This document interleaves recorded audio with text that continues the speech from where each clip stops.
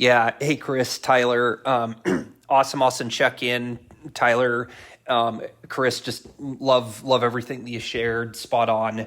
Um, Tyler, I would just add that, like, when someone has the humility and vulnerability to post a shirtless photo, that represents one, a lot of trust in us that we're going to protect confidential information, which we will, and two, it shows how committed you are to this process and that you have nothing to hide.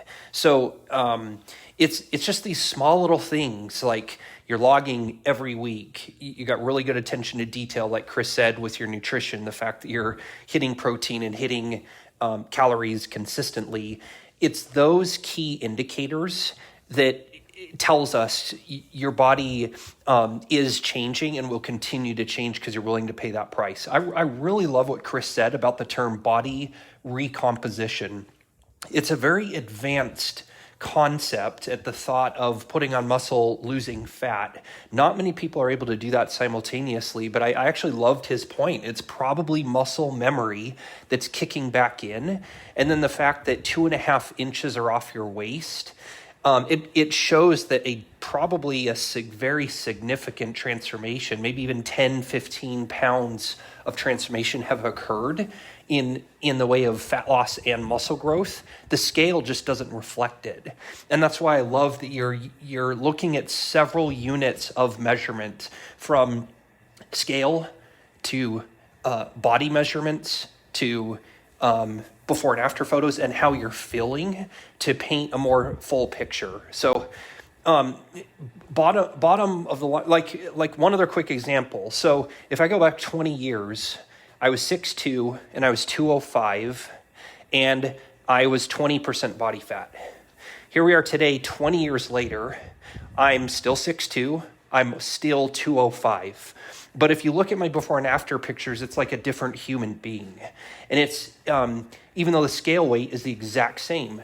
And that is what body composition is. It's now me at give or take 10% with way more muscle and strength, but the scale says there's no change. Okay. So that's body recomposition, which is really cool. That's happening for you. The last thing I'll say is Chris mentioned a leptin reset.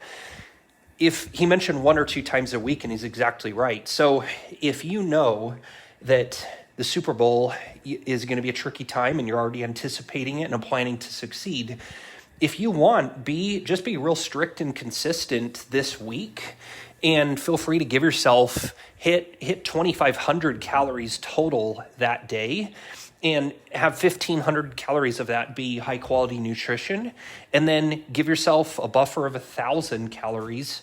So still be selective, still be picky.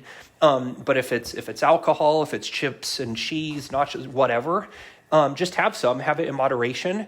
Or like Chris says, just do 500 calories twice a week. So it's an advanced concept, and a diet would say don't do anything like that. The diets deal with the extremes.